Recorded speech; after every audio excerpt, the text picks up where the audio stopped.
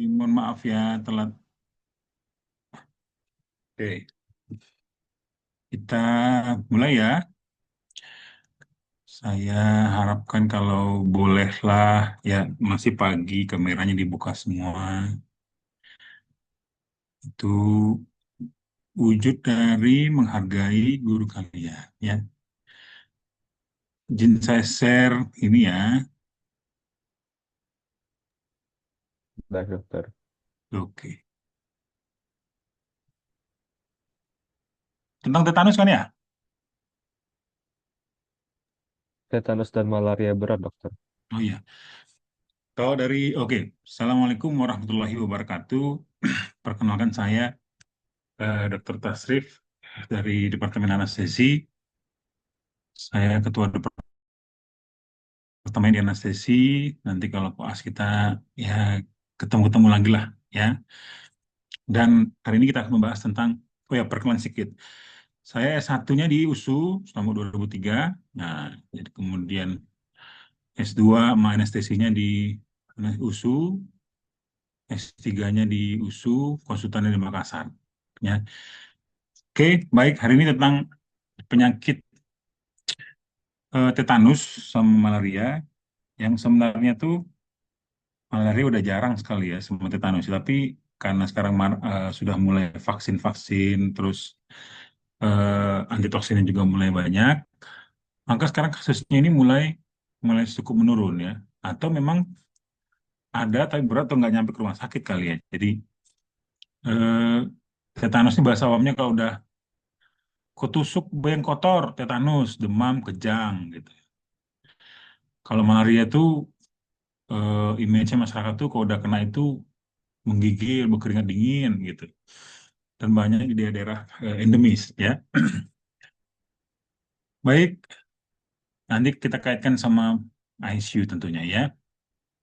Jadi kalau bicara ICU itulah ruangan intensive care unit. Jadi ruangan di mana pasien-pasien itu dirawat dengan membutuhkan support. Baik supportnya bagian airway jalan nafas, bisa berupa endotracheal tube, ini udah semester 7 ya, berupa intubasi, atau supportnya di bidang breathing. Breathing itu adalah seperti penggunaan ventilator. Atau sirkulasi, support menggunakan seperti obat-obat inotropik seperti dobutamin, obat-obat seperti vasopresor seperti norepinephrine, ya, atau hal-hal lain yang memang tidak dapat dikerjakan di ruangan, misalnya pemberian antibiotik yang canggih-canggih, ya, atau pemberian tindakan berupa seperti advance seperti ya, tapi bukan berarti seperti tindakan kayak WSD, terus tindakan seperti apa lagi banyak hal tidak bisa dilakukan karena pasien yang memang kondisinya berat, butuh support bagian airway berarti sirkulasi, maka kan tindakan-tindakan itu tidak bisa dikerjakan di ruangan. Atau dalam artian pasien tersebut tidak stabil ya, artinya kondisi hemodinamik berkaitan dengan airway berarti sirkulasi itu masih naik turun. Jadi sebenarnya untuk pasien-pasien kritis itu paling nyaman itu tempatnya di ICU. Nah, jadi kapan dikatakan masuk pasien di ICU? Tentu berdasarkan prioritas, gitu. Mana yang paling eh, mengharuskan dia harus masuk ICU. Misalnya pasien, oh pasien ini dok dengan riwayat tetanus, kejang-kejang, riwayat sumbatan jalan nafas, oh yaudah masuk ICU. Atau menggunakan sistem scoring seperti SOFA atau Apache Score namanya.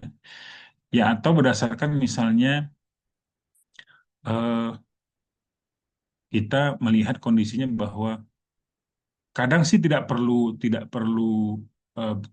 penopang ya seperti airway breathing, tapi dia beresiko untuk mengalami penurunan dan mengalami gangguan di bidang airway breathing sirkulasi seperti contoh pada pasien dengan pasca operasi misalnya yang eh, beresiko misalnya operasi dia hari ini baru operasi tumor otak, kalau ditaruh ke ruangan, nah kita nggak tahu kan bisa loose monitoring, maka taruh di ICU dulu itu secara umum. Tapi kalau pasien ini umumnya pasti datang dalam keadaan kondisi berat tuh. Apalagi kita biada malik kan.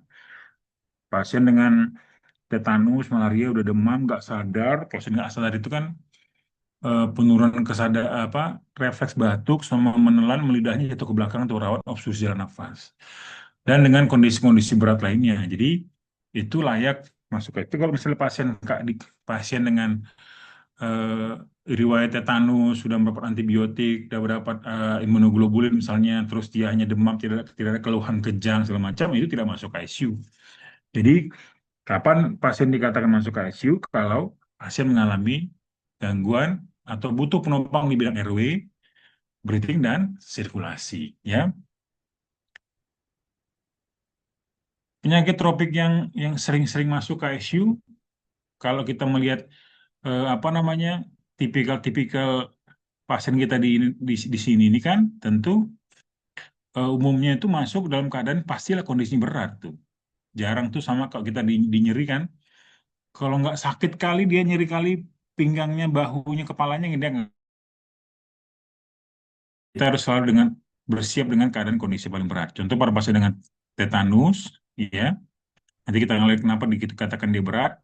Kemudian malaria, kemudian ada DHF grade 3 grade 4. Ini kan pasti sudah peteki purpura ekimosis ya kan lidah apa gusi berdarah mimisan ya kondisinya pasti sudah berat. Jadi kapan sesuatu itu dikatakan berat tentu ada grading. Maka kalau adik-adik belajar nanti penyakit apapun usahakan cari sistem scoringnya, gradingnya. Kalau kayak nyeri itu kan tidak nyeri nol satu kalau nyeri itu kan ngukurnya pakai numeric rating scale misalnya 0 sampai 10. Kalau 0 tidak nyeri, 1 sampai 3 nyeri ringan, 4 6 nyeri sedang, 7 10 nyeri berat. Grading. Jadi kalau dikatakan berat itu mana? Oh, kalau nyerinya 7 sampai 10. Bagaimana kita mencegah pasien tidak nyeri sampai jatuh nyeri berat? Begitu juga dengan penyakit-penyakit lain. Yaitu selalu pasti ada dengan gradingnya masing-masing. Tentu coba dicari. Nah, tetanus itu apa? Tetanus itu gangguan ingat neurologis. Kalau dia neurologis berarti bisa mempengaruhi fungsi otak dan perifer. Fungsi otak termasuklah penurunan kesadaran tanda dengan peningkatan tonus otot dan spasme. Berarti kan dia kontraksi kaku yang disebabkan oleh tetanospasmin. Jadi bikin dia kaku atau pernah baca kejang nggak sadar kejang itu disebabkan oleh bukan kuman tetanus langsung tetapi adalah si racunnya sendiri tetanospasmin suatu toksin yang kuat yang disebabkan oleh Clostridium tetani. Jadi yang bikin dia kejang-kejang itu siapa? Si Clostridium tetaninya karena menghasilkan tetanospasmin secara tidak langsung. Secara langsung sih tetanospasminnya, tapi yang dihasilkan oleh Clostridium tetani. Jadi kalau jumlah pasien tetanusnya kok udah nggak sadar ya, banyak faktor, terutama ketika dia kejang, jalan nafasnya sumbat, hipoksia otaknya bisa pasien nggak sadar. Ya, nah Clostridium tetani itu sebenarnya apa gitu ya kan? Suatu bakteri gram positif. Makanya nanti cari kumannya yang antibiotik gram positif apa. Ya, kemudian bedanya kita tahu tuh antara gram positif dan negatif. Gram positif banyak di dunia luar, ya negatif itu banyak di seperti saluran cerna, usus, ya kuman ini sifatnya anaerob. Ya, berarti dia nggak apa-apa, nggak pakai oksigen. Jadi makanya kalau kita eh, merawat pasien luka dengan kondisi tidak steril, ya, apalagi dengan apa namanya, kenapa nih, kena paku.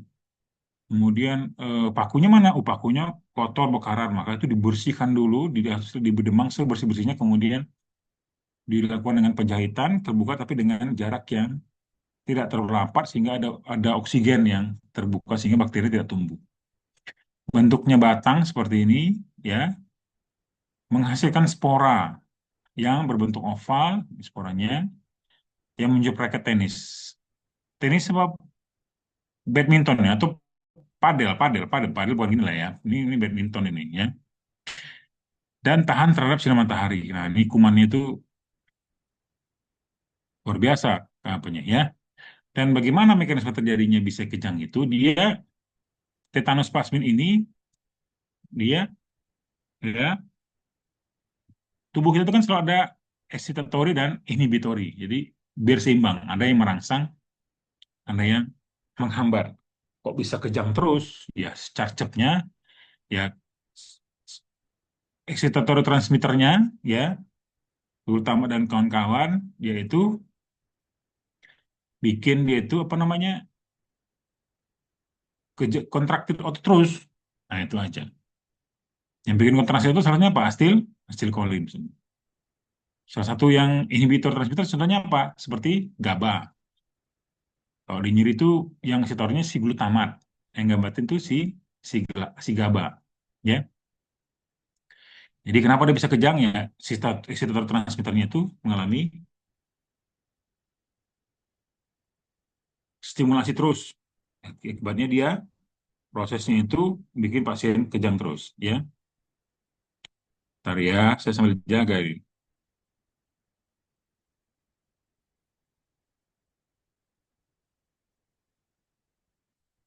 Baik, berat. Jadi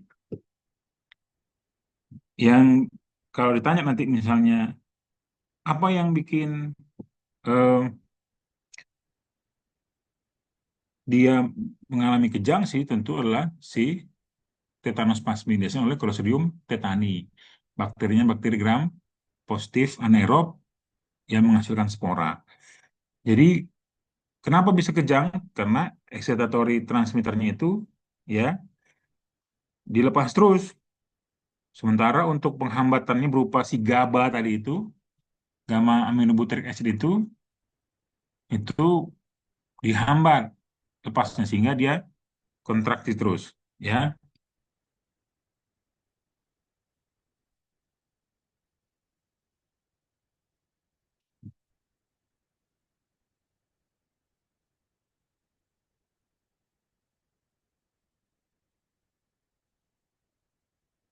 Jadi pada ketika dia kejang terus, motor neuron itu menghasilkan asetilkolin terus tanpa ada proses penghambatan, relaksasi itu, relaksasi oleh si GABA, ya. Klinisnya apa? Ya, tetanus generalisata, ya, tonus otot meningkat, kejang umum. Jadi seluruh ujung kepala, ujung kaki itu kejang, ya. Onset setelah trauma 7 hari. Jadi kalau orang kena kecucuk paku, ya, atau benda-benda kotor lainnya, ya itu hati-hati 7 hari dia harus diikutin. Mantau di tugas di puskesmas atau apa, ya itu dilihat. Tanda khas berupa trismus, ya, akibat peningkatan otomaseter, jadi mulutnya ketutup, diikuti disfagia dan nyeri otot leher, bahu, punggung menyebabkan obstruksi. Nanti ada gambarnya. Terus juga Rhesus sardonicus ini khas, nanti wajahnya juga kontraksi mukanya khas, kemudian diikuti oleh otot abdomen, otot proksima gerak bawah dan kaki dan untuk umumnya kalau gerak bawah seperti kaki itu jarang terlihat umumnya di daerah kepala, perut dan kepala, dada dan abdomen. Ya, jadi kalau ini berapa lama onsetnya? 7 hari. Khasnya apa? Trismus, opusundus dan Rhesus sardonicus. Yang paling jarang apa? Tentu anggota gerak bawah, tangan, kaki dan relatif lebih jarang, tapi bisa, ya. Beberapa berkembang menjadi berat, bahkan sampai apnu ya, karena dia pas dia kejang, napas hipoksia otaknya, biasanya bisa nggak sadar bahkan sampai henti napas di jantung, bisa. Komplikasi bisa terlibat saraf otonom, ya, saraf simpatis meningkat, ya, RR meningkat, tensi meningkat, hidrat meningkat, retensi urin, ya, terus aritmia dan komplikasi berupa yang paling bahaya takut misalnya aspirasi, jadi pasiennya eh, apalagi kalau misalnya habis makan kejang, muntah, muntahan itu masuk ke paru-paru, jadi aspirasi itu adalah suatu hal yang sebenarnya bukan dari paru, masuk ke paru-paru. Itu bahaya. Kalau muntahan itu kan keasamannya itu tinggi ya, masuk ke paru-paru, jadi bisa bikin alveoli bisa jadi rusak. Kemudian fraktur bisa karena mungkin dia kejang, terus terbentur benda lain ya, ruptur otot, ya ototnya kontraksi sangat kuat, pecah ototnya, lepas. DVT kan berbaring terus atau terjadi diventrombosis, emboli, dekubitus ya dan rhabdomyolysis ya. Jadi pasien-pasien gini tentu indikasi pertama adalah jangan dikasih minum ya. Udah pasien kejang kasih minum jatuhnya aspirasi. Kayak di sinetron ya, orang kejang-kejang kayaknya dikasih minum itu nggak boleh ya. Itu saja mukanya khas ya, opisthetonus, ya anak-anak, melengkung gitu badannya, mukanya seperti ini, ya itu khas. Jadi mulutnya ketutup, jangan dipaksa-paksa mulutnya buka pakai tang spatel, buka patah giginya berdarah, aspirasi. Ya, nah ini juga, nah seperti ini, opisthetonus. Ya, jadi kalau tadi kita, ini terlibat semua dari kepala sampai kaki, ya, kontraktur semua. Ya, jadi kalau otot ini udah saking kontraksinya, ya melengkung, bukan melengkung ke depan, jadi itu ekstensi gini, ya. Jadi ada risus sardonicus, dan ini trismus, ya, risus sardonicus sama opis totonus. Ini trismusnya nih, giginya tutup, ya. Opis totonus, dan derajat keparahan bisa menggunakan banyak, ya, menggunakan Philip Dakar, ya, nanti dibaca, ya. Jadi skor itu adalah kayak contoh ini skor Philip score, ya, digunakan untuk melihat prognostik daripada tetanus, ya. Skor ini dipakai untuk melihat parah nggak sih, ya, kira-kira. Dan sekalian untuk menentukan kita perlu masuk ICU apa enggak. Jadi kalau masuk ke kondisi berat, ya itu baiknya masuk ke kondisi ICU. Ya, ada lagi si ABET, ya, 1V4 berfungsi untuk menentukan parah. Jadi kalau 34 baiknya masuk ke ICU. Kalau 12 nggak perlu masuk ICU. Ya kalau misalnya airway breathing sirkulasi masih aman, terus durasi kejangnya juga tidak tidak terlalu rapat, itu baiknya ya di ruangan saja. Tapi kalau udah masuk ke 34 sebaiknya masuk ke ICU. Walaupun memang derajat keparahan itu nggak harus dipakai sebagai hal yang kaku, ya. Pokoknya harus 34 nggak. Tapi kita yang paling tahu. Bila mana hal-hal yang di ruangan tidak bisa dikerjakan, misalnya pemantauannya susah, itu boleh dikerjakan, dimasukkan ke ICU. Karena memang di ICU itu kan 24 jam bisa kita monitoring. Pasien lebih ketat, ya. Perterapinya, apanya, monitoringnya lebih ketat di ICU dibandingkan dengan ruangan. Makanya namanya intensive care unit. Jadi intensif dia dipantau dan diterapi, ya.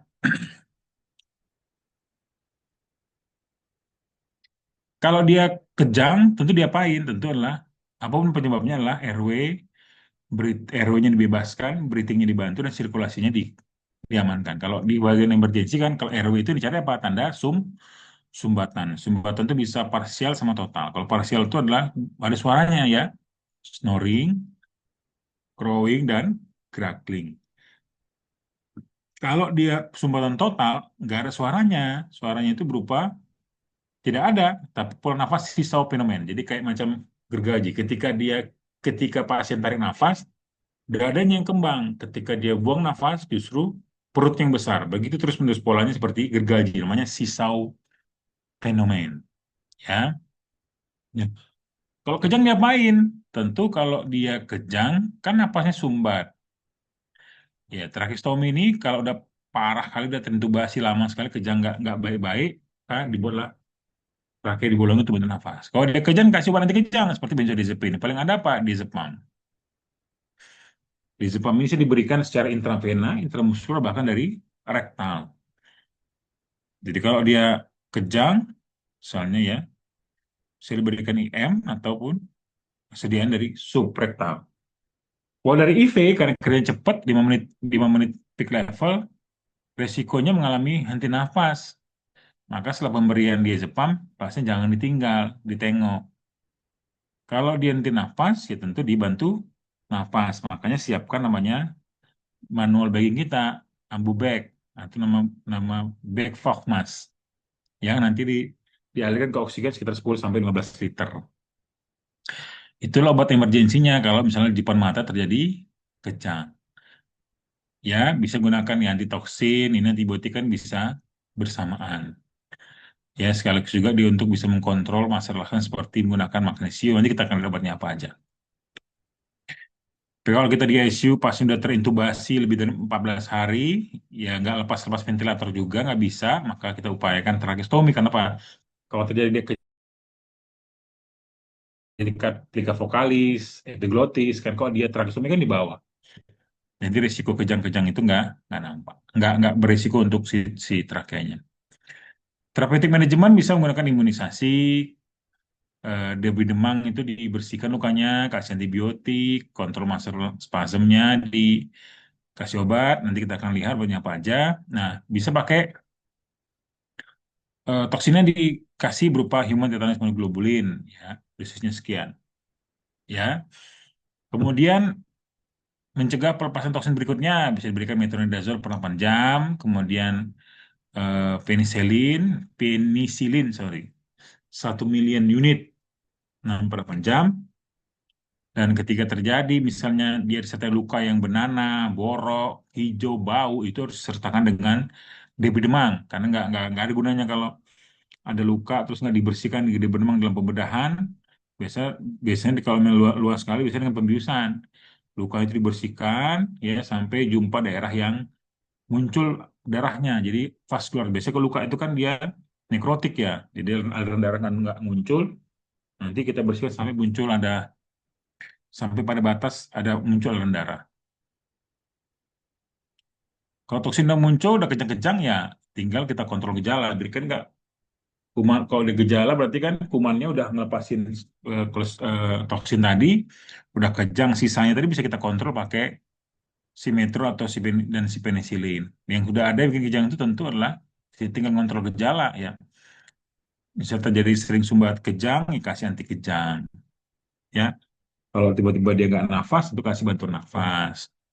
Kalau dia terjadi problem di kontrol autonomic dysfunction, ya tentu kita kasih obat. Nanti obatnya ada. Nah ini bisa diberikan berupa benzodiazepin seperti midazolam, ya.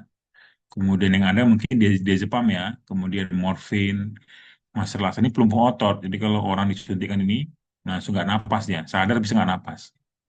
Magnesium sulfat bisa dipakai bisa pada orang dengan PEB ya, PEB atau eklamsi ya. Dan Trolen, Baclofen ini anestesi lokal. Semua atropin ini kan parasimpatis ya. Kalau ini diberikan justru simpatisnya meningkat, makin takikardi, makin makin ini ya, tergantung apa yang terlihat ya. Benzodiazepin itu dia bisa dipakai oleh diazepam. Ini obatnya paling berapa banyak dosis anti kejang yang bisa dipakai itu tidak ada dosis, tidak ada batasnya. Ya sama kayak opioid itu nyeri nggak ada batasnya, yang ada muncul malah efek samping. Kalau kalian ngasih diazepam, pastikan ambubek di tangan. Ya, atau kalau dia udah terintubasi, terventilator ya aman, tidak apa-apa. Bahkan bisa sampai 100 sampai 400 miligram per 24 jam. Ya, di isinya ada yang 10 miligram ada 5 miligram. Ya, dan nggak punya efek terhadap gangguan autonomik. Ya, kemudian ada magnesium. Ya, magnesium ini juga sebagai ini pakai pada objin ya. Dia juga bisa melemaskan otot. Ya, blok katakotokolamin release ya, simpatik responnya bisa ditumpulkan dan dia mencegah kalsium masuk ke miokardium dan neuromuscular junction. Jadi dia mengurangi kejangnya. Kita tahu kalau beritahu kan bahwa otot itu kan kontraksi perlu kalsium. Dosisnya bisa berupa 5 gram ya. Jadi satu flakon MgSO4 itu kalau saya tidak salah 40%, berarti 40% berarti 40 berarti 400 miligram MgSO4 per 1 cc. Berarti volume per flakon itu 25 cc, berarti sekitar 10.000 miligram. Ya, jadi satu flakon itu bisa sampai satu flakon itu 25 cc, isinya 40%, berarti 400 miligram MgS4 per 1 cc. Karena volumenya 25 cc berarti sekitar 400 kali 25. Ya sekitar 10.000 miligram. Ya, kalau 5.000 berarti sekitar 12,5. Ya kalau di 500 berarti sekitar seperempat. Ya, pediatrik 100 miligram aja. Ya, kan dapat ditingkatkan. Monitoring tentu adalah monitor efek samping karena risiko daripada si biosfat adalah otot kontraksi otot itu mulai kurang karena dia mencegah kalsium masuk ke otot. Maka diceklah fatal refleksnya. Kalau fatal refleksnya udah mulai melemah atau nggak ada, atau harus benar ya ngecek fatal refleksnya ya. Jangan nanti asal-asal ngetok ternyata langsung bilang nggak ada gitu, padahal belum tentu. Ya, fatal refleks ya. Dan harusnya sebenarnya melakukan cek kadar magnesium level di atas 4 milimol itu berbahaya.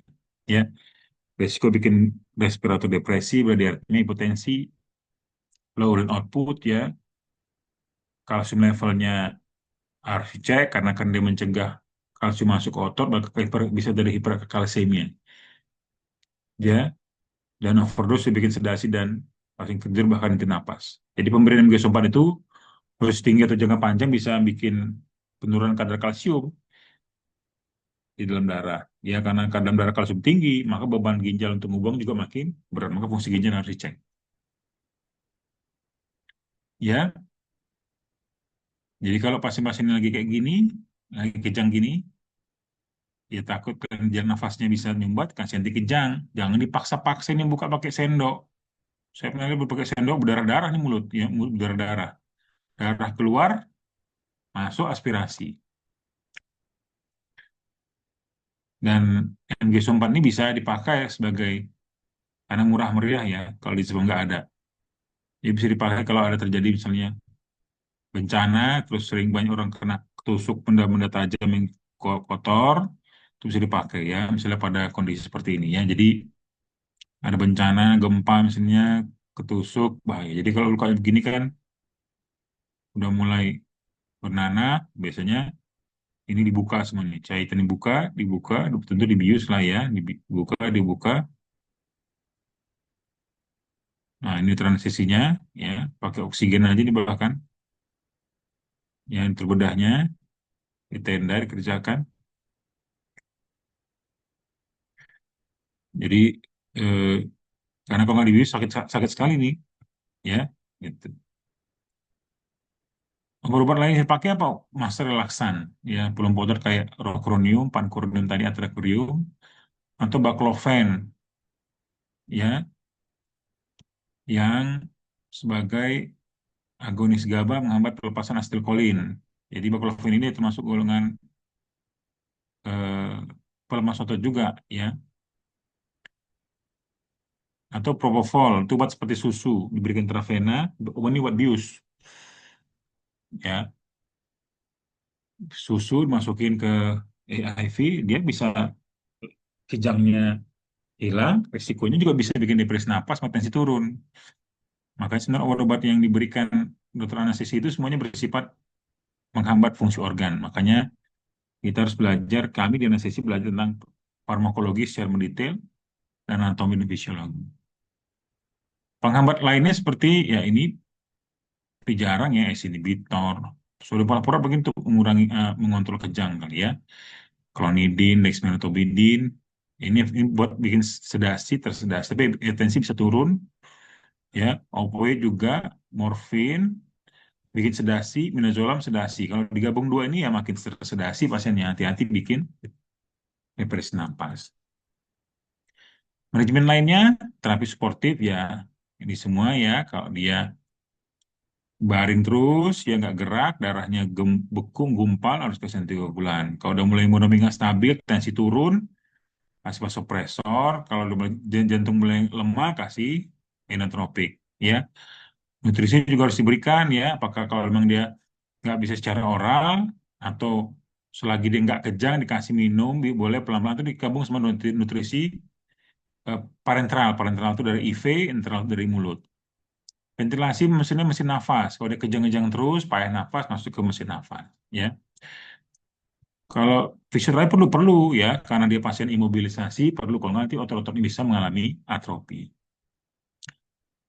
Yang bikin bikin mati apa? Kejang, aspirasi, nggak napas, hipoksia, mati. Jadi kejang, dia nggak napas, ya hipoksia otak sama jantung, paru, ya bisa mengalami kematian. Sampai sini ada yang bertanya, deh. Kita lanjut dulu ya. Oke, lanjut ke malaria. Malaria itu karena nyamuk. Sudah belajar di parasit kan ya? Sudah ya? Sudah dokter. Oke, jadi setelah mengulang saja. Jadi malaria ini kumannya adalah di bawah nyamuk, penyebabnya si Plasmodium falciparum. Ya, jadi eh, kapan dikatakan berat? Kalau udah berat itu udah mulai nggak sadar, udah mulai nggak stabil, atau sistem apa grading tadi? Cari gradingnya. Jadi eh, dikatakan severe jika ada manifestasi seperti satu. Saya waktu koas pernah jumpa sekali di koas penyakit dalam ini. Dia riwayat berpergian dari Kalimantan kalau tidak salah. Ya, dikatakan berat jika ada salah satu ini, ya atau lebih dari satu atau lebih dari. Nggak sadar ya. Kemudian cek darahnya ada hematokrit kurang dari 15, HbA kurang 5. Ini berat.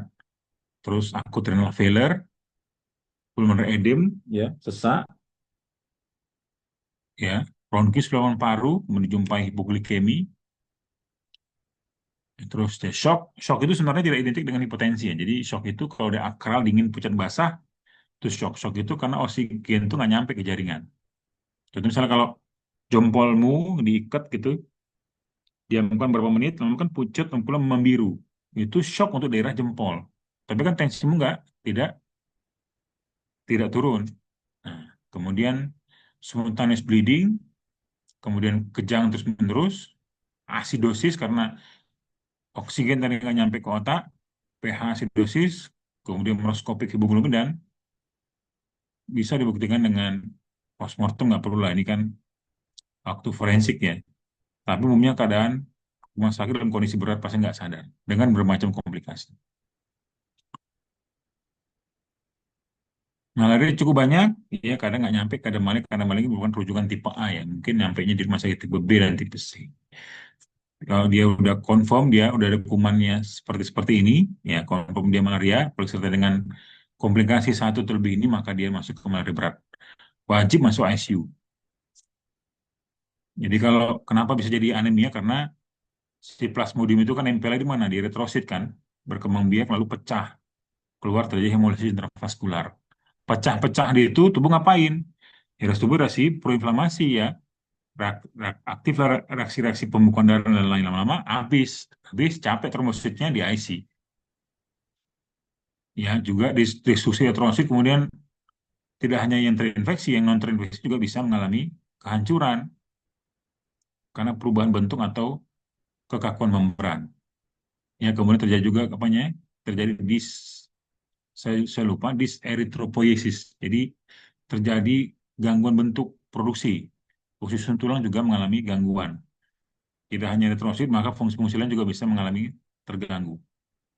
Kemudian peradangan sistokin karena proinflamatori seperti interleukin 6, TNF alpha itu mengganggu pelepasan atau pembentukan zat besi sehingga anemia. Ya, nah ini paling banyak kondisinya adalah severe anemia karena dia nempel di eritrosit. Ya, kejang juga ya, hipoglikemi, hipoglobinuria, jaundice kuning, distress dan DIC. Beda sama anak apa gitu ya. Kalau pada anak lebih sensitif ya, gitu. Jadi dia tamanya kayak flu-like symptom ya, ada batuk ya. Pada anak tuh makan common early symptom. Kemudian kejang, kalau dia bilang ada riwayat pergi-pergian ke daerah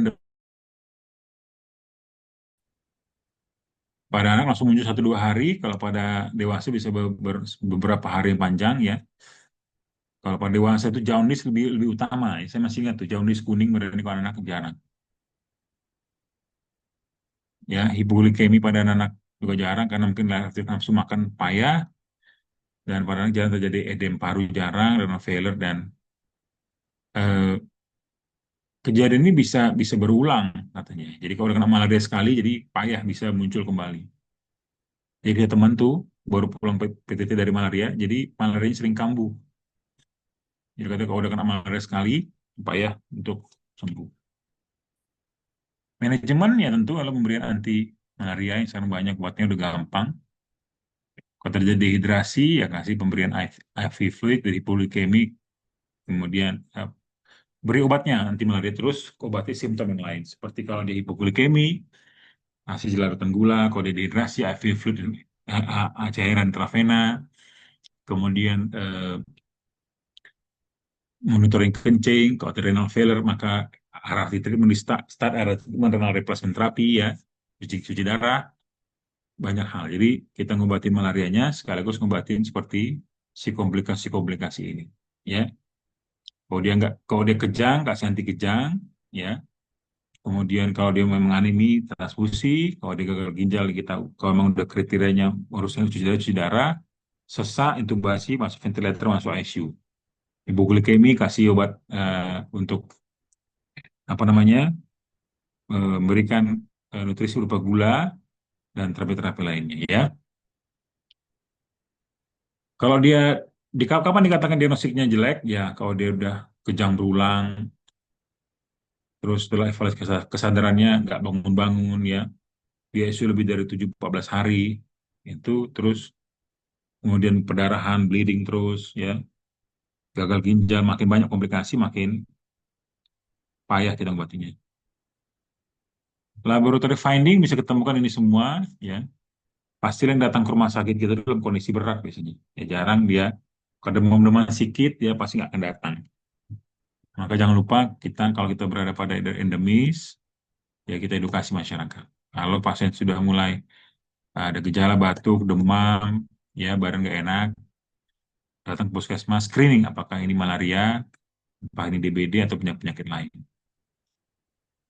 Maka yang kita harus jalankan adalah kedokteran preventif, jadi pencegahan.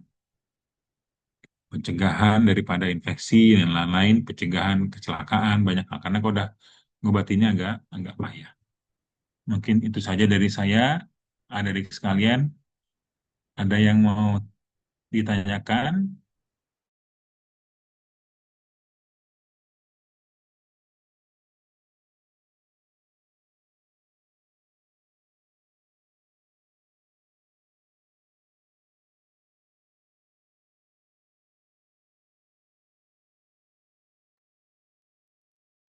Halo?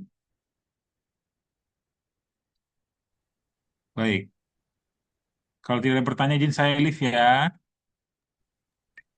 Baik dokter, terima kasih Kasih dokter. Terima dokter. kasih banyak Makasih atas Makasih dok. perhatian dokter. Makasih kalian. dokter. Makasih dok. Saya Makasih yakin dok. memang jam 7 bangun ini nggak enak ya kan. Cuma ya, saya pun dulu begitu ya. Nggak ada kuliah online. Rumah saya dulu di Dene sana, Jerman sana. Naik angkot ke USU 2 kali nyambung untuk ngejar jam 7. Ya, tetap semangat ya. Terima kasih. Assalamualaikum warahmatullahi wabarakatuh. Waalaikumsalam. Waalaikumsalam.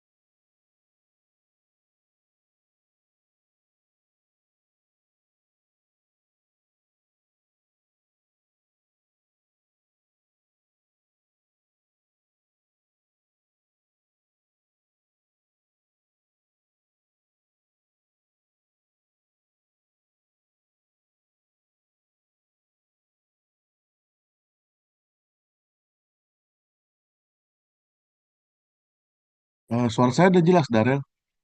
Sudah jelas, dokter. Baik, kita mulai ya. Saya share. Ini saya bisa share screen kan? Bisa, dokter.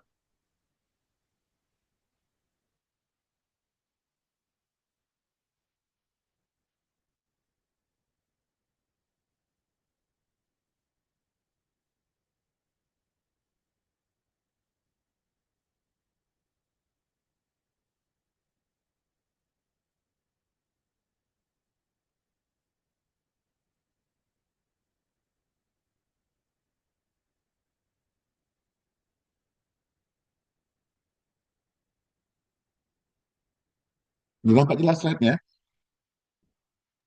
Nampak jelas, dokter. Baik, kita mulai ya. Assalamualaikum warahmatullahi wabarakatuh. Selamat pagi dan salam sejahtera buat kita semua. Pada kesempatan pagi hari ini, saya akan bawakan topik mengenai penata laksanaan intensif pasien dengan penyakit tropik berat di ICU.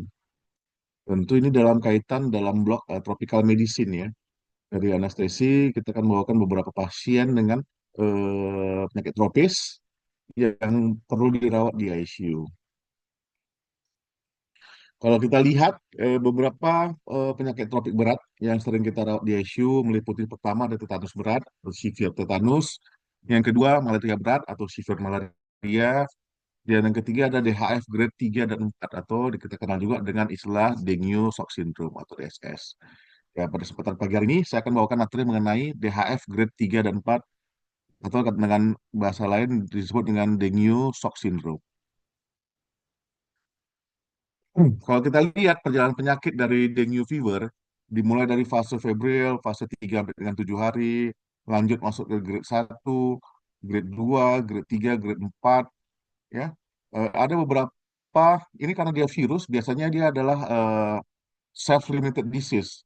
Tapi pada masa tertentu, karena ada penurunan dari daya tahan tubuh, masuk infeksi sekunder, dan itu akhirnya dapat memperberat dari penyakit tersebut.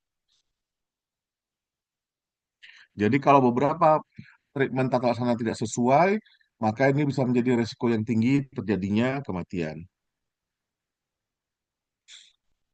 Kita lihat dari grading dari severity, kita lihat pembagian dari kegawatan dari dengue infection ini dibagi atas 6 ya. Dari dengue febrile, baru DHF, DHF grade 1, 2, 3, dan 4. Nanti fokus kita akan bicara mengenai yang grade 4 dan 3. Kalau kita lihat dari simptomnya, dari grade 3 dan grade 4 sudah mulai dijumpai apa? Tanda-tanda circulatory failure. Ya. Seperti apa? Ada gambaran yang nadi yang lemah, ada hipotensi, resultness. Dan kalau yang di grade 4, sudah kita jumpai tanda-tanda shock ya. Dengan penurunan tekanan darah dan juga heart rate. Jadi kata kuncinya grading ini melihat bahwa DHF grade 3 dan grade 4 ini sudah menunjukkan ada tanda-tanda hipoperfusi, terutama dari sistem sirkulatori, ya, kegagalan sistem sirkulatori yang ditandai dengan penurunan hemodinamik, tekanan darah, heart rate, ya, dan juga eh, pernafasan. Dari segi laboratorium apa permasalahannya? Kita bisa melihat trombositopeni di bawah 100.000 dan ada peningkatan dari hematokrit meningkat di atas sama dengan 20%. Nah, jadi yang membedakan adalah terutama di grade 3 dan grade 4 DHF itu sudah ada tanda-tanda kegagalan sirkulasi. Bagaimana klinikal manifestasi dari dengue shock syndrome? Pertama kita melihat ada peningkatan dari permeabilitas vaskuler ya. Ditandai dengan apa? Tadi ya, peningkatan hemokonsentrasi sama dengan 20%, ada penurunan hipoalbuminemia, ada hipoproteinemia, ya otomatis ya karena ada hipoalbumin pasti terjadi hipoproteinemia. Sudah dimulai tanda-tanda shock ya. Nah, baru terakhir ada gambaran pleural effusion. Secara gambaran dari laboratorium nampak gambaran trombopati dan koagulopati sehingga mudah menyebabkan terjadinya hemorrhage atau pendarahan. Dan ini juga diperkuat dengan tadi kan yang trombosit tadi di bawah sama dengan 100.000. Nah, inilah kira-kira gambaran klinis kalau kita merawat pasien dengan DSS. Jadi kalau cuma dengue fever ya itu mungkin tidak terlalu masalah, grade 1, grade 2. Pada saat Anda masuk grade 3 dan grade 4, nah seperti tadi ya gambaran dari grading tadi, sudah mulai ada tanda-tanda hipoperfusi, terutama dari gambaran kegagalan sirkulasi yang ditandai dengan penurunan heart rate, penurunan tekanan darah, pasien sudah mulai lemah. Nah, itu hati-hati ya. Bagaimana tata laksananya? Ya, kita lihat bagaimana tata laksananya. Kalau di sini kita lihat ya, eh, kalau pada fase efebril tidak demam durasi 2 hari setelah fase demam manifestasinya apa? Ya, in addition tuh, jadi kira-kira grade 2 ya, rapid and weak, capillary refill time more than 2 second. Manajemennya ya pasti pertama cek hematokrit atau platelet. Memang yang paling utama tata laksananya ya berhubungan dengan dengue febrile ini, dengue fever ataupun DHF ini atau DSS ini hematokrit ya. Karena tadi ya terjadi trombopati dan koagulopati. Jadi pastikan dulu bagaimana hematokritnya, plateletnya, ya. Baru pemberian terapi cairan. Ya. Setelah itu kita cek lagi hematokrit. Ya. Jika vital sign, terutama gambaran hipoperfusi mulai perbaikan, misalnya urin outputnya sudah bertambah, ya, atau pasien ada perbaikan, ya, bisa kita mengurangi pemberian dari eh, cairan ya. If patient improve, IV fluid should be ready. Jadi kita bisa menurunkan setiap jam 10 sampai 6 dan 6 ke 3 mili per kilogram berat badan per jam. Ya, sehingga kita bisa maintenance 24 hingga 48 jam. Nah, ini kira-kira gambaran dari tata laksana untuk pasien dengan DHF.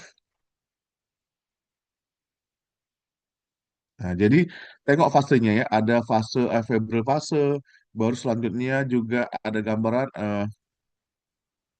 manifestasinya ya. Jadi kalau febrile fase ini hati-hati juga manifestasinya sudah mulai dijumpai shock ya.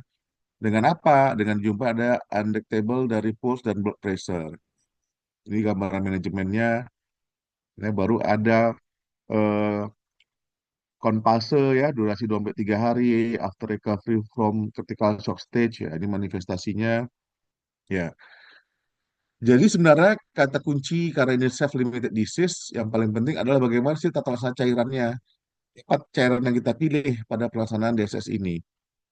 Ya kalau kita menggunakan apa namanya guideline dari WHO, ya, ini dipakai adalah pemberian kristaloid, ya.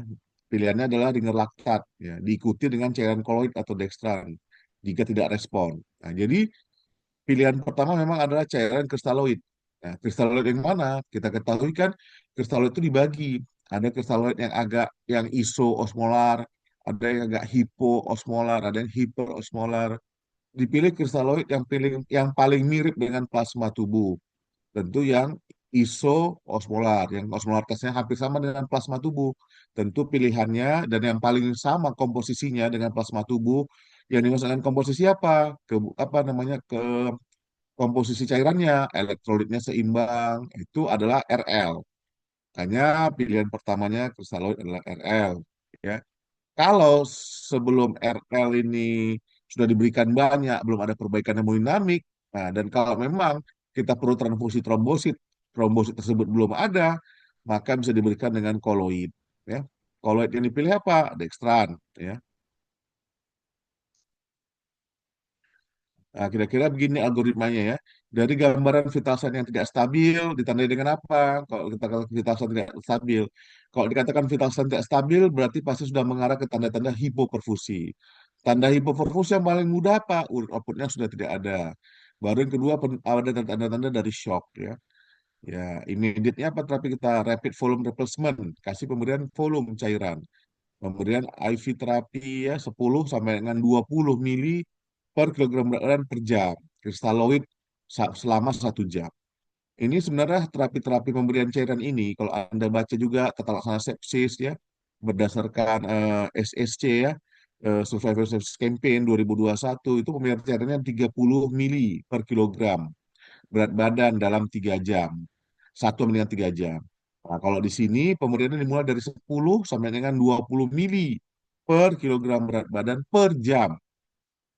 Ya, selama 1 jam. Nah, jadi kalau berat badannya 50, Anda mau ngambil range-nya 20, berarti Anda bisa memberikan 1000 mili kristaloid yang habis dalam 1 jam. Kalau dia tidak ada perbaikan, no improvement, Anda berikan oksigen berhubungan dengan delivery oksigen dan consumption oksigen.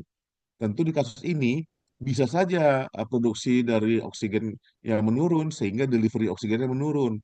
Nah, sehingga konsumsinya pasti terganggu atau terlalu meningkat, padahal produksi dan delivery oksigennya tetap. Tentu perlu pemberian penambahan oksigen. Tujuannya untuk apa? Untuk meningkatkan fraksi inspirasi oksigen, sehingga kita bisa meningkatkan PaO2 dalam rangka meningkatkan delivery oksigen. Ya. Nah, kalau tidak diperbaikan, diberikan oksigen, kita lihat lagi bagaimana gambaran hematokritnya. Karena kita sudah pahami tadi, dua komponen yang paling utama dalam tata usaha laboratorium yang kita periksa adalah trombosit dan hematokrit. Ya, jadi kalau hematokritnya turun, nah, Anda bisa berikan blood transfusion 10 mili per kilogram berat badan per jam jika hematokrit masih di atas 35%. Hematokritnya naik, ya, pemberian IV koloid dextran atau plasma 10 mili per kilogram per jam sebagai intravenous bolus, ya, repeat jika dibutuhkan. Kalau sudah ada perbaikan, maka IV terapi baik kita bisa memberikan kristaloid diturunkan, ya, flow-nya 10 sampai 6, 6 sampai 3. Akhirnya diberhentikan setelah 24 sampai dengan 28 jam. Ya. Hubungannya hematokrit naik dengan turun tentu kita melihat dengan ini, ya, hemokonsentrasi. Semakin dia terkonsentrasi, artinya pasien itu cenderung dehidrasi. Bagaimana pemberian tadi 10 sampai dengan 20 tadi kalau memberikan perbaikan? Ya, kalau memang dia improvement, Anda langsung kasih dia cairan dengan cairan kristaloid. Ya, kita turunkan langsung fasenya. Pemberiannya tadi, ya, yang dari 20 turun ke 10, ya, turun 10 ke jadi 6, 6 ke jadi 3 mili per kilogram berat badan per jam, ya kan? Ya, habis itu kita berhentikan, ya, intravenous terapi setelah 24 sampai dengan 48 jam. Ya, ini kalau kita menjumpai tanda-tanda pasien dengan DSS atau DHF grade 3 dan 4 dengan unstable vital sign. Ini kira-kira tanda-tandanya. Ya.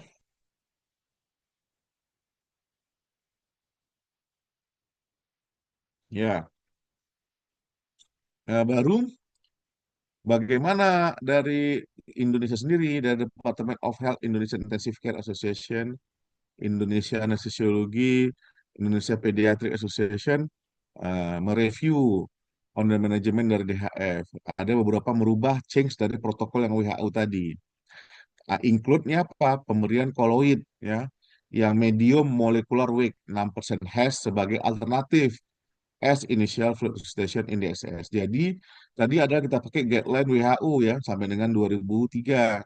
Nah, tapi dari Indonesia Intensive Care Association atau Perdici, baru dari Indonesia Anesthesiologi Asosiasi, Perdatin, dan juga dari IDAI, Ikatan Dokter Anak Indonesia, melakukan review dari manajemen dari DHF tadi, sehingga ada merubah beberapa protokol, termasuk pemberian koloid. Ya, tadi kok kita lihat tadi kan koloid yang dipakai apa? Dextran, ya. Nah, di sini nanti kita lihat apa sih pilihan koloid yang dipakai, eh, pilihannya gitu.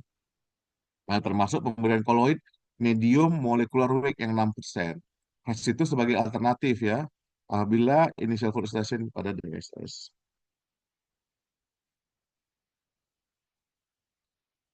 Ya, jadi istilah pemberian cairannya pada kasus DHF ini, terutama grade 3 dan grade 4 adalah namanya volume replacement therapy, ya. Volume replacement therapy. Jadi kalau tadi sudah sepakat, ya, pilihan adalah kristaloid, yang pertama adalah ringer laktat, ya. Kalau memang tidak ada, ya, Anda bisa memberikan normal salin atau NaCl. Koloid ada beberapa pilihan yang bisa dipakai. Dari guideline WHO tadi, 2003 tadi menunjukkan bahwa dextran solution. Tapi kalau kita lihat tadi balik lagi dari apa, Department of Health, ya, di Kementerian Kesehatan, dari Perdici, Perhimpunan Dokter Intensive Care, ya, dari Perhimpunan Dokter Anestesi, dan dari Pediatrik, menjadikan salah satu alternatif adalah pemberian dari HAS, ya, atau yang tadi yang molekuler, sorry, medium molecular weight 6% koloid ini, HAS, ya, hydroxyl ethyl starch sebagai alternatif. Jadi sudah ada dua pilihan ya. Selain bisa menggunakan apa lagi kalau yang lain ya, Anda bisa menggunakan gelatin ya, Anda bisa menggunakan albumin. Nah, kristaloid yang kita ketahui ada jenisnya RL, ringer laktat, ada namanya ringer asring, dan juga ada namanya normal salin atau NaCl. Didistribusi to interstitial space. Sangat pendek waktunya di intravascular space. Need more fluid to maintain intravascular volume. Sehingga terjadinya resiko untuk terjadinya edema interstisial ataupun edema pulmonari. Ya tentu kita pahami semua cairan-cairan kristaloid, baik ringer laktat, ringer sering, natrium klorida, ya, semuanya itu mempunyai berat molekul yang rendah. Sehingga dia tidak akan bertahan lama di intravaskuler. Dia akan langsung shift ke interstitial space. Sehingga hati-hati, pemberian cairan fluid yang banyak untuk mempertahankan masalah di intravaskuler akan banyak mengumpulnya di interstitial space. Sehingga menyebabkan apa? Resiko terjadinya interstitial edem, ya, atau edema interstitial, dan juga edema pulmonari. Dan tentunya dengan ada terjadi edema pulmonari ini akan memperberat keadaan pasien. Ya, nah, kita hati-hati. Jadi pemberian terapi-terapi itu memang mesti presisi, mesti sesuai, mungkin mesti pas. Ya, obat itu, pemberian cairan itu termasuk obat. Nah, kalau Anda bicara itu obat, tentu Anda mesti paham kan berapa dosisnya, ya kan, berapa lama dikasih. Ya, kalau terjadi toksisitas obat, Anda harus menghilangkan toksisitasnya. Jadi begitu juga pemberian cairan. Jadi jangan cuma kasih cairan banyak-banyak banyak. Habis itu Anda nggak bertanggung jawab dengan kelebihan cairan yang Anda berikan kepada pasien. Ya, selanjutnya kita bicara mengenai koloid, ya kan? Yang koloid yang mana sih? Kan gitu. Nah, tadi kita lihat ada dua kira-kira apa namanya pendapat ya. Dari WHO guideline tadi dia menganjurkan penggunaan dari dextran ya. Dari yang tadi Departemen Kesehatan Republik Indonesia, dari Perdici, Perhimpunan Dokter Intensive Care, dari Perdatin, Perhimpunan Dokter Anestesi, dan dari IDAI, mereka menganjurkan yang medium molecular weight ya, atau yang nama lain merek dagangnya HAS ya. Nah, itu apa dikatakan yang medium molecular weight dia kalau berat molekulnya itu 100.000 sampai dengan 300.000 kilodalton ya. Dia kenapa? Dia punya ceiling effect katanya. Nah, jadi good di intravascular volume effect, longer duration in intravascular space, dan meningkatkan delivery oksigen dan juga FO2 ya. Sedangkan dextran yang tadi sesuai dengan anjuran WHO ternyata dia adalah low molecular weight colloid. Berapa berat molekulnya? 40.000 sampai dengan 70.000 kilodalton. With good preservation volume effect, no selling effect. Tapi dia tidak punya selling effect ya. Dan satu lagi yang paling kita takutkan dari dextran, dia adalah meningkatkan efek reaksi anafilaktik. Nah, itu yang paling nggak kita senang penggunaan dextran. Jadi akhirnya dextran itu mulai digeser, tidak digunakan, tapi banyak-banyak menggunakan hash ya. Nah, Anda lihat di sini, apa kelebihan hash? Yang pertama dia mempunyai selling effect ya. Yang kedua karena berat molekuler lebih lebih berat, dia lebih lama bertahan di intravascular space sehingga meningkatkan delivery oksigen. Nah, cuman masalahnya apa? Tentu juga ada masalah. Dengan berat molekulnya dia besar atau medium, ginjal perlu lebih banyak bekerja untuk mengekspresikan dia nanti lewat fungsi ginjal. Ya, itu mungkin kekurangannya. Ya, kita masuk ke hidroksil ethyl starch atau tadi HAS ya. Efektif and safe plasma substitusi HAS ya. Range of molecular weight from very small. Nah, jadi dia punya memang range-nya. Dia mau yang low, yang medium, yang high dia punya ya. Range of molecular weight from very small until several hundred thousand Dalton. Jadi memang dia banyak. Maksud saya pilihannya banyak berat molekulnya. Kalau tadi Anda lihat dextran, dia yang low molecular saja. Hanya 40.000 sampai dengan 70.000.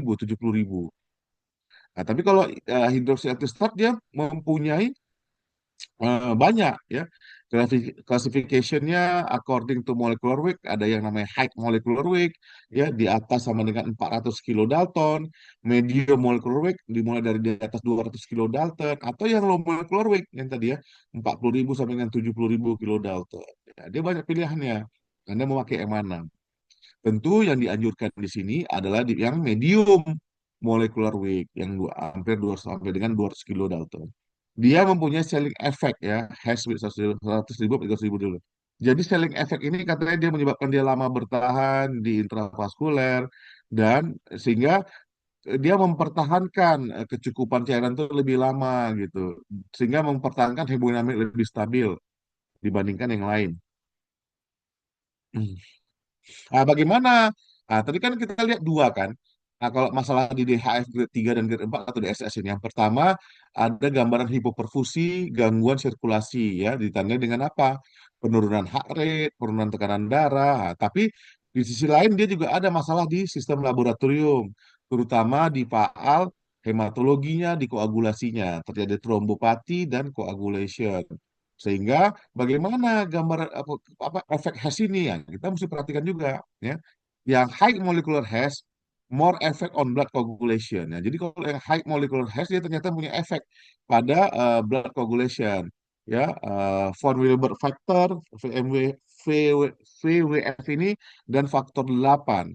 Sedangkan low molekuler yang hash 70, medium molekuler hash 200 tidak punya efek dari blood coagulation. So, this is safe to the patient. So, makanya yang dipilih adalah yang medium molecular weight. Kenapa tidak yang low? Ya, tadi saya bilang, yang mau medium molecular weight, dia bisa lebih lama bertahan di intravaskuler. Dan dia did not affect on blood coagulation. Jadi dia aman.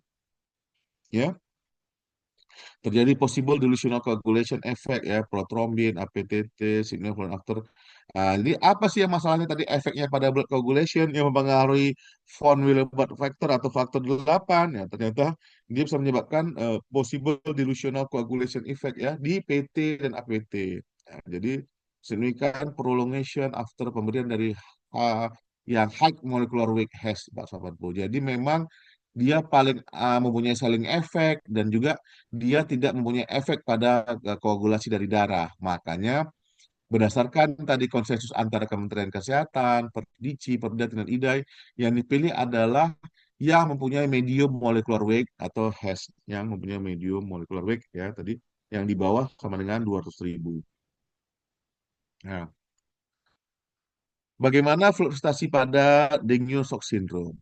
Primary important in the management. Jadi memang, tadi saya bilang ya, kalau kita udah bicara dengue shock syndrome, udah bicara shock, ya itu tentunya bicara hipoperfusi. Mau apapun shocknya, pasti Anda akan berbicara tentang hipoperfusi. Itu nggak bisa nggak lain ya. Goal of terapinya apa? Ya pasti kita kembali lagi ke apa definisi awal, definisi shock itu apa sih? Kan ketidakseimbangan. Definisi shock adalah apabila terjadi ketidakseimbangan antara oksigen consumption dengan delivery oksigen. Kenapa nggak seimbang? Bisa karena konsumsinya meningkat, bisa karena produksi yang menurun. Nah, yang mana? Nah, mesti diseimbangkan supaya tidak terjadi shock. Jadi apa goalnya? Ya pasti peningkatan delivery oksigen di jaringan, tisu, increase tisu delivery oksigen. Yang kedua, meningkatkan blood pressure. Kenapa? Karena komponen dari oksigen delivery, ya kan, oksigen konten adalah salah satunya cardiac output. Jadi Anda mesti meningkatkan blood pressure, meningkatkan oksigen konten, ya. Baru mereversing lactate acidosis. Ya, salah satunya pemberian apa? Koloid yang medium molecular weight tadi ya, karena dia mempunyai dua keuntungan, sealing effect, lama bertahan di intervaskuler, dan juga dia tidak mempunyai efek pada koagulasi darah. Ya, ada beberapa studi penggunaan dari HAS ya. Ini terutama studinya yang di Indonesia ya oleh Dr. Tati Estiati. Tati Estiati ini kalau salah saya Dr. Aisyu Anak dan Herminia L.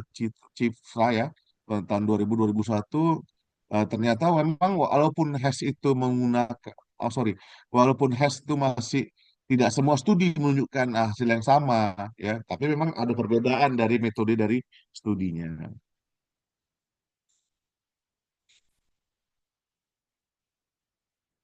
Ya, kalau kita bisa lihat di sini, bagaimana sih gambaran dari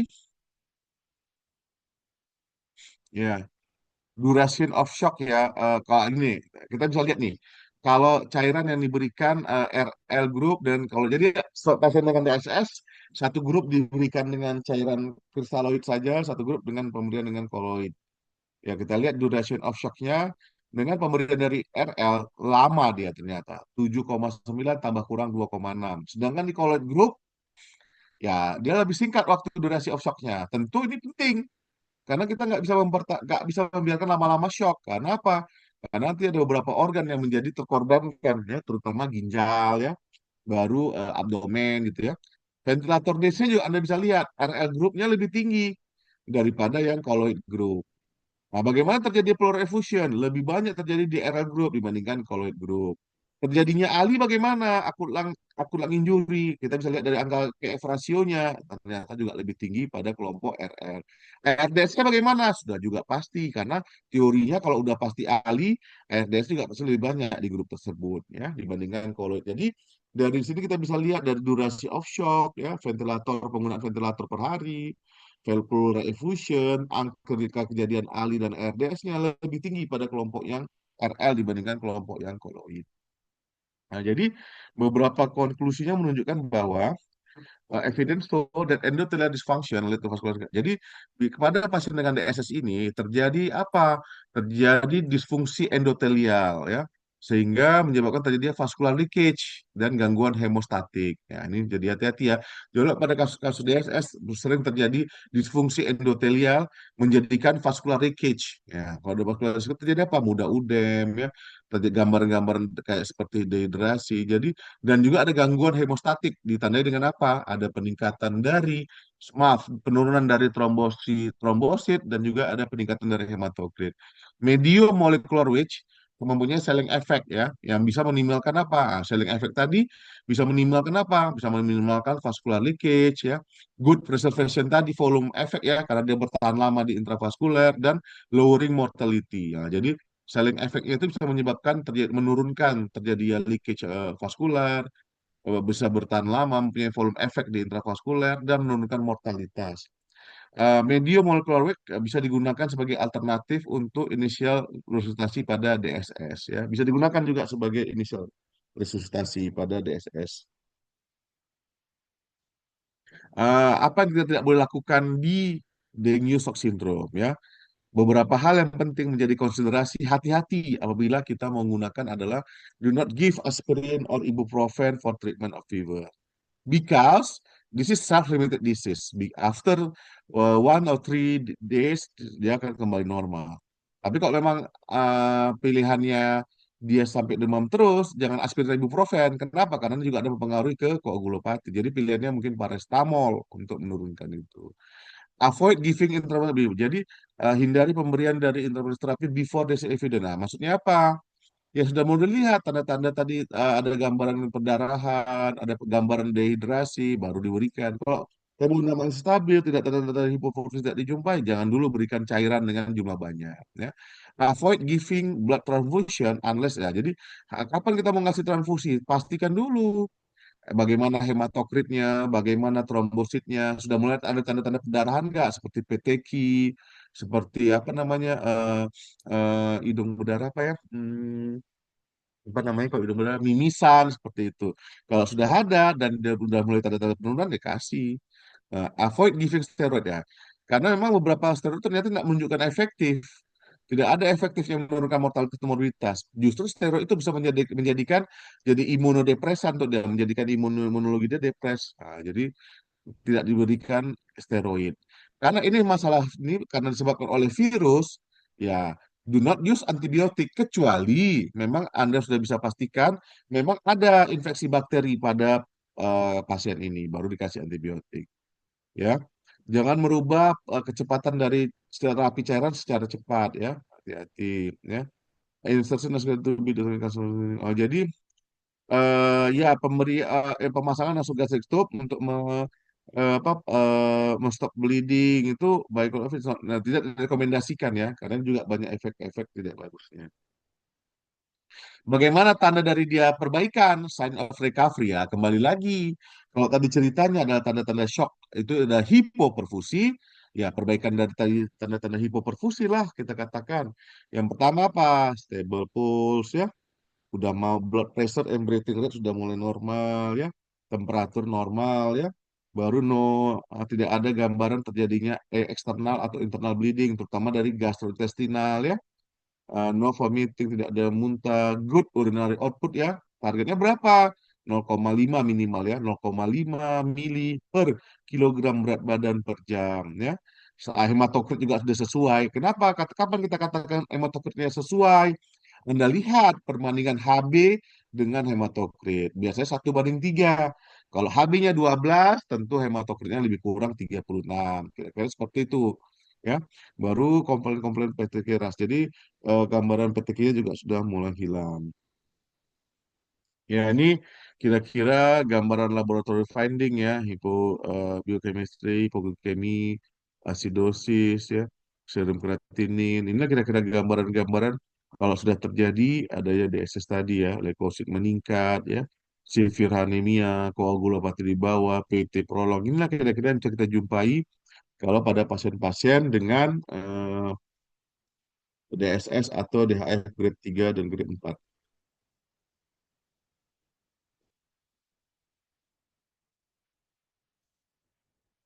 Baik, mungkin itu saja, Darel. Jadi intinya yang saya mau jelaskan di sini adalah kita banyak merawat pasien-pasien dengan DSS ya.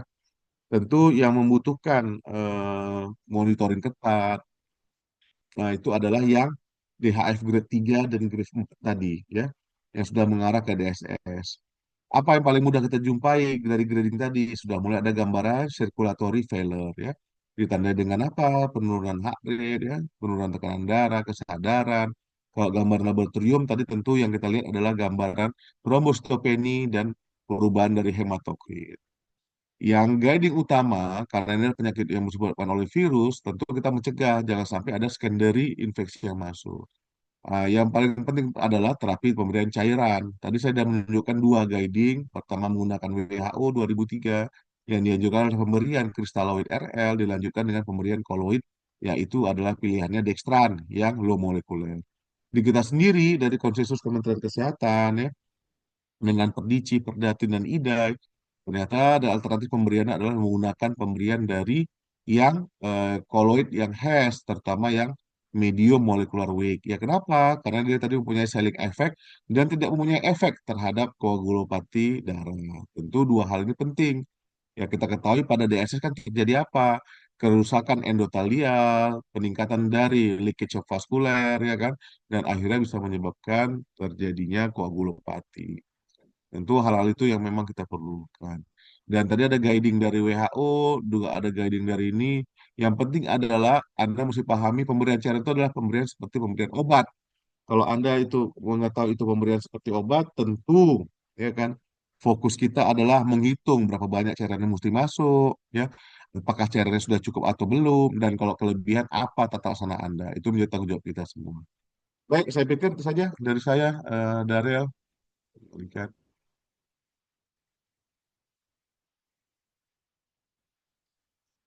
Suara saya jelas kan, Darel? Jelas, dokter. Ya. Mungkin kalau ada yang mau bertanya, saya persilahkan. Kalau tidak ada, kita apa ya? Ini ya screenshot foto ya. Karena di absennya diminta ada screenshot foto di Ada, dokter. kegiatan. Ada, dokter. Izin bertanya, dokter. Ya silakan, Haliza Eh, ya. Maaf, dokter, tadi agak las. Di guideline tata laksana cairan Indonesia, apakah langsung diberi koloid tadi, dokter, atau kristaloid dulu ya, dok? Tetap kristaloid dulu. Ah, Nah, baik, tapi dokter. memang eh, kristaloid. Jadi begini, itu ada beberapa penelitian. Tapi kita menganut tetap kristaloid dulu yang dikasih Aliza. Jadi Aliza kasih dulu kristaloid, ya kan? Kalau nanti tidak improve perbaikan, baru diberikan dengan cairan koloid yang tadi HES tadi yang medium molecular weight. Tapi kan tadi kan ada risknya 10 sampai 20, ya kan? Mungkin Aliza bisa pakai ekstrak yang 10 dulu. Pada tanggal 10 nanti dievaluasi lagi. Ada nggak tanda-tanda udem paru dengan 10 itu? Nah, ada nggak perbaikan? Jadi kan dua. Yang pertama kita nilai perbaikan, improvement dari pemberian cairan kristaloid. Satu, targetnya apa? Yang tadi, penurunan peningkatan dari heart rate, tekanan darah, outputnya sudah ada, yang tanda hipoperfusi. Eh, Ternyata belum ada perbaikan. Terus, tapi kita lihat, loh kok udah mulai udem ya? Nah, itu sign. Oh, don't give more crystalloid. Nah, baru kita masukkan yang colloid. Gitu dia. Colloidnya, kalau dari itu dipilih. Dextran itu kenapa kita nggak anjurkan? Ternyata angka kejadiannya anafilaktiknya tinggi di Indonesia. Di dunia juga. Jadi memang mereka pun sekarang, gitu guideline WHO kan 2003 udah terlalu lama juga. Jadi memang sekarang kita udah memang beralih ke HAS itu. Yang dipilih yang medium molekuler. Karena punya selling effect sama nggak ada efek ke koagulopati. Cuman memang karena berat molekulnya itu medium, ginjal itu mesti lebih banyak bekerja. Jadi nanti mungkin parameternya ya mesti bisa periksa dulu fungsi ginjalnya aman nggak juga untuk itu. Tapi biasanya kalau medium masih oke sih. Yang high molekuler itu yang paling memperberat fungsi ginjal untuk mensekresikan obat itu nanti, cairan itu tadi untuk dibuang. Mungkin gitu, Aliza. Terima kasih, dokter. Ya. Jadi ini beberapa penyakit-penyakit yang memang sering kita jumpai ya di Indonesia. Mungkin kok tetanus di luar negeri udah jarang, malaria pun kalau nggak daerah endemik udah jarang. Tapi kok DHF ini memang di kita masih sering ya. Ya, masih sering jumpai. Mungkin ada lagi?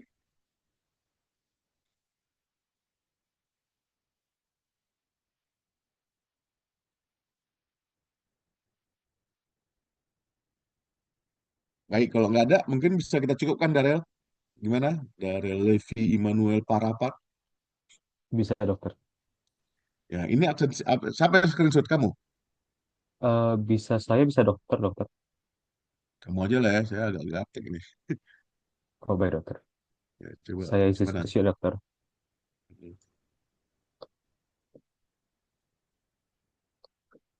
Baik, satu, dua, tiga. Baik. Terima kasih, dokter. Udah, Sudah, dokter.